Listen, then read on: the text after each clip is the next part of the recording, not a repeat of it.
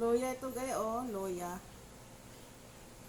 Ginagawa kong salabat guys para sa mga inuubo guys dyan. Masarap, maganda ito sa mga inuubo.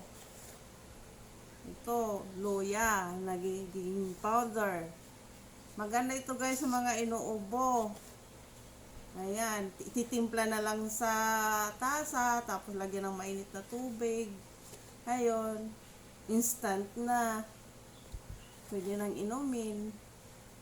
Hindi ka na maghiwa-hiwa pa ng luya para ilalaga at inumin sa mga inuubo guys.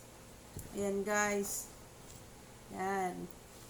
Para sa labat na siya guys. Yan, para sa mga inuubo guys. Oh. Isasalin ko to guys sa buti. Ayan, para may stock kami. May mga anak ko guys, mga ubuhin, mga hikain guys. Madalas hinihika. Maganda din to sa mga hinihika, mga lamig-lamig na hindi gumagaling. Yan, ginagawa ko yung luya para magiging salabat. Yan, guys, oh.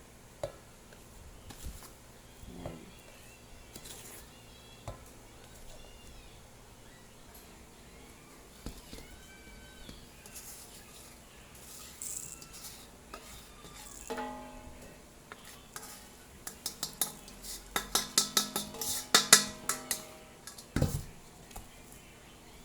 Ayan guys, oh.